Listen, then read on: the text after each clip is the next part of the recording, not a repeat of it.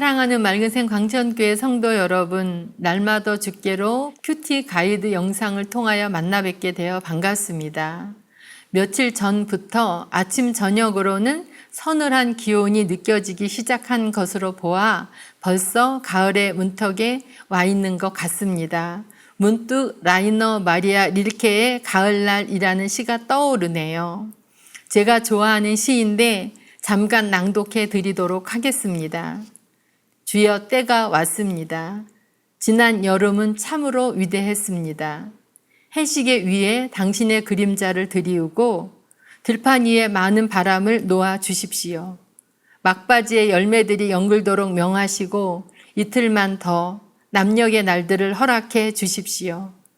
연근 포도송이가 더 완숙하도록 이끄시어 마지막 단맛을 더하게 해 주십시오. 집이 없는 사람은 이제 집을 짓지 않습니다. 지금 혼자인 사람은 오래도록 홀로 남아서 잠자지 않고 글을 읽고 긴 편지를 쓸 것입니다. 그리고 나뭇잎이 떨어져 뒹굴면 초조하게 가로수길을 헤맬 것입니다. 오래간만에 시를 읽어보니 가을날에 있는 모든 일들이 주마등처럼 스쳐 지나가면서 편안한 마음을 안겨주는 것 같습니다. 우리 성도님들은 어떠셨는지요? 그러면 오늘 큐티 말씀으로 들어가도록 하겠습니다. 오늘부터 누가복음의 말씀을 전해드리게 되었습니다. 말씀의 이해를 돕기 위해서 누가복음이 기록된 목적에 대해서 설명해 드리고 큐티 내용을 살펴보도록 하겠습니다. 누가복음의 기록 목적입니다. 첫 번째, 누가는 개종한 지 얼마 되지 않아서 믿음이 연약했던 로마의 고위 관리 데오빌로에게 예수에 관해서 보다 상세한 내용을 제공함으로써 그로 하여금 견고한 신앙을 소유하게 하고자 했습니다. 두 번째, 누가는 더 나아가 많은 지성적 이방인들에게 복음과 복음을 받아들인 후에 따르는 구원의 확실성을 전달하려고 본서를 기록하게 되었습니다. 세 번째, 누가는 기독교가 이스라엘의 진정한 종교로서 활발히 확장되어 나아갈 수 있도록 본서를 통해서 복음 전파의 합법성을 입증하고자 하였습니다. 네 번째, 누가는 종말론에 관련된 문제나 빈곤과 부 또는 사회에서 소외당하는 자들을 주제로 한 사회적인 문제들을 두루 다룸으로써 각계각층의 사람들로 하여금 예수를 믿게 하려고 하였습니다. 결론적으로 누가는 이방인들에게 완전하고 유일한 한 인간으로서의 예수의 생애와 사상을 알림으로써 믿음으로 견고케 하고 불신자들의 공격을 막으며 결국은 복음이 널리 전파되기를 바라는 마음으로 기록하게 되었습니다. 오늘의 성경 말씀은 누가복음 1장 1절에서 25절 말씀입니다. 오늘 말씀의 제목은 경건의 응답이 이루어지는 일상입니다. 내용 관찰로 들어가서 1번입니다. 사가랴와 엘리사벳에 대해 어떤 사람으로 기록하고 있습니까? 5절에서 7절 말씀입니다. 유대 왕 헤롯 때에 아비야 반열에 제사장 한 사람이 있었으니 이름은 사가랴여 그의 아내는 아론의 자손이니 이름은 엘리사벳이라. 이 두 사람이 하나님 앞에 의인이니 주의 모든 계명과 규례대로 흠이 없이 행하더라. 엘리사벳이 잉태를 못하므로 그들에게 자식이 없고 두 사람이 나이가 많더라. 5절에서 나오는 헤롯은 유대인의 왕으로 보통 대헤롯이라고 하는데 그의 통치 기간 중에 사가랴는 아비야 반열에서 제사장의 사명을 감당하고 있었습니다.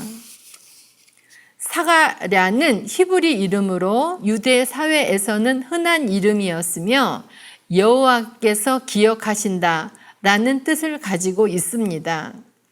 엘리사벳은 내 하나님은 맹세의 하나님이시다 라는 뜻을 가지고 있으며 이들 부부는 모두 제사장 가문의 출신으로 사가랴가 대제사장 가문 아론의 자손의 처녀와 결혼한다는 것은 그 당시 상황으로는 상당히 영광스럽고도 특이할 만한 일이었다고 합니다.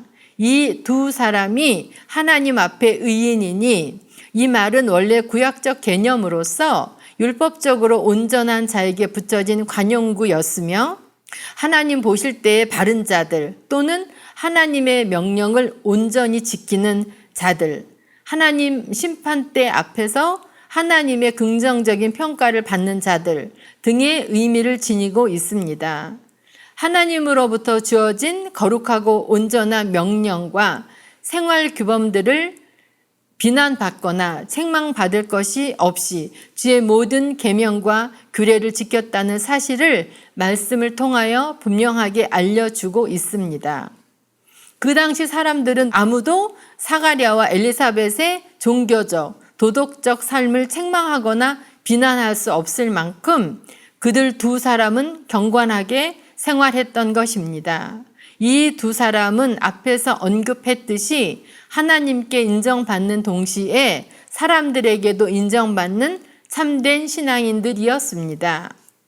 2번, 사가랴가 분향할 때에 주의 사자가 나타나 전한 말은 무엇입니까? 13절에서 17절 말씀입니다. 천사가 그에게 이르되 사가랴여 무서워하지 말라. 너희 간구함이 들린지라. 내 아내 엘리사벳이 내게 아들을 낳아주리니 그의 이름은 요한이라 하라. 너도 기뻐하고 즐거워할 것이요 많은 사람도 그의 태어남을 기뻐하리니 이는 그가 주 앞에 큰 자가 되며 포도주나 독한 술을 마시지 아니하며 모태로부터 성령의 충만함을 받아 이스라엘 자손을 주 곧 그들의 하나님께로 많이 돌아오게 하겠습니다. 그가 또 엘리야의 심령과 능력으로 주 앞에 먼저 와서 아버지의 마음을 자식에게 거스리는 자를 의인의 슬기에 돌아오게 하고 주를 위하여 세운 백성을 준비하리라. 사가랴는 평소와 다르게 특별한 기도를 드리고 있었습니다. 지속적으로 자식이 없는 자신을 돌보실 것과 자신의 민족을 구원하실 메시아의 도래에 관한 것이었을 것입니다. 그러나 천사는 사가랴의 간구 이상으로 응답하시겠다고 하셨습니다. 즉 아들을 주시고 메시아도 곧 오실 것인데 그의 아들이 메시아의 오실 길을 예비하라는 것이었습니다. 아들의 이름까지 지어줌으로써 확신을 더해 주셨습니다. 요한은 하나님께서는 자비하시다라는 뜻이 있습니다. 요한의 탄생은 사가랴의 개인적인 기쁨만이 아니라 민족 전체의 기쁨이 될 것을 암시해 주고 있습니다. 요한은 평생 나시린으로 살아가며 자신의 메시지와 일치하는 절제된 생활을 해야 한다는 것입니다. 요한은 구약시대와 신약시대를 연결하는 마지막 선지자입니다. 요한은 많은 사람들을 주께 돌아오게 하여 주의 뒤에 오실 그리스도의 길을 예비하게 될 것이라고 하는 것입니다.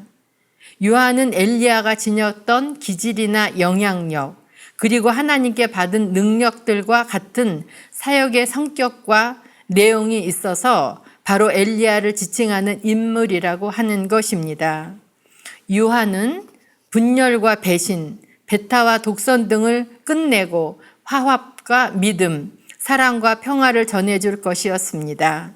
요한의 사역은 주를 위하여 예비하는 것으로 특징 지어지게 된다는 것입니다. 3번, 사가랴가 천사가 전한 말을 믿지 못한 이유는 무엇입니까? 7절, 18절 말씀입니다. 7절, 엘리사벳이 잉태를 못하므로 그들이 자식이 없고 두 사람이 나이가 많더라. 18절, 사가랴가 천사에게 이르되 내가 이것을 어떻게 알리요? 내가 늙고 아내도 나이가 많으니이다.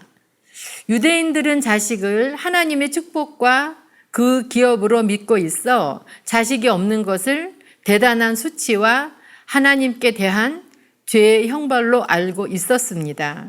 그러나 엘리사벳이 나이가 많아 수태의 가능성은 더욱 희박해져 있는 절망적인 상태에 있었습니다. 사가랴는 자식이 없다는 것에 대한 초조함이나 불신으로 증거를 요구하며 의심의 정당한 이유를 제시했습니다. 연구와 묵상 4번입니다. 사가랴와 엘리사벳이 하나님 앞에서 지킨 경건이 자신들이 처한 불가능한 상황을 극복하는 데 어떤 역할을 했는지 묵상해 봅시다. 6절에서 7절, 13절, 19절에서 20절 말씀입니다. 6절, 이 두 사람이 하나님 앞에 의인이니 주의 모든 계명과 규례대로 흠이 없이 행하더라. 7절 말씀은 위에서 읽어드렸기 때문에 13절 말씀을 읽겠습니다. 천사가 그에게 이르되 사가랴여 무서워하지 말라. 너의 간구함이 들린지라 내 아내 엘리사벳이 내게 아들을 낳아주리니 그 이름을 요한이라 하라. 19절에서 20절 천사가 대답하여 이르되 나는 하나님 앞에 서 있는 가브리엘이라. 이 좋은 소식을 전하여 내게 말하라고 보내심을 받았노라. 보라, 이 일이 되는 날까지 내가 말 못하는 자가 되어 능히 말을 못하리니 이는 내가 내 말을 믿지 아니함이거니와 때가 이르면 내 말이 이루어지리라 하더라. 천사 가브리엘은 하나님의 사람, 하나님의 능력이라는 뜻입니다. 가브리엘은 사람들에게 기쁜 소식을 전하는 천사입니다. 슬픔과 절망적인 상황에서 더욱 빛나 돋보이는 것은 두 노부부의 하나님께 대한 믿음의 자세입니다. 이들은 결코 하나님을 원망하지 않고 주어주신 자신들의 위치에서 묵묵히 그 역할을 감당해 나갔습니다. 결국 이 경건한 노부부는 구약의 사라와 한나와 같이 하나님의 큰 은혜를 입게 됩니다. 더욱이 그들은 자신들이 얻은 아들이 메시아의 오실 길을 예비하는 선구자로 선택되는 영광까지 얻음으로써 지금까지 그 어떤 부모도 얻지 못한 큰 은혜를 덧입게 되었던 것입니다. 삶의 적용 5번. 말씀과 행동이 일치를 이루지 못하는 생활을 살고 있지 않습니까? 주일 강단에서 들은 말씀이 내 삶의 영역에서 믿음으로 성화되고 있는지 생각해 봅시다. 하나님의 말씀을 듣고 말씀대로 살아간다고 하는 것은 참 쉽지 않은 어려운 일이라고 생각합니다. 그러나 사가랴와 엘리사벳과 같이 절망적인 어려운 상황 속에서도 하나님을 원망하지 않고 주어진 자신들의 위치에서 묵묵히 살아간 믿음의 사람들의 모습은 놀라운 기적의 역사를 경험하게 되며 감사와 기쁨이 넘치는 은혜롭고 복된 삶을 살아가게 되지 않을까 싶습니다. 사가랴와 엘리사와 같은 믿음의 모습으로 살아가는 성도님들 되시기를 바랍니다. 기도하겠습니다. 사랑하는 하나님 아버지, 사가랴와 엘리사벳의 귀한 믿음의 모습을 살펴볼 수 있는 소중한 시간을 허락해 주셔서 감사드립니다. 우리 맑은삶 강천교회 성도님들도 말씀이 교훈이 되어 사가랴와 엘리사벳과 같은 믿음의 모습으로 살아갈 수 있도록 도와주시고 하나님께서 허락해 주신 은혜와 은총과 축복과 마음껏 누리며 감사하며 기쁨으로 즐거운 나그네 길을 걸어가는 성도님들 될 수 있도록 인도하여 주시옵소서. 예수님 이름으로 기도드리옵나이다. 아멘.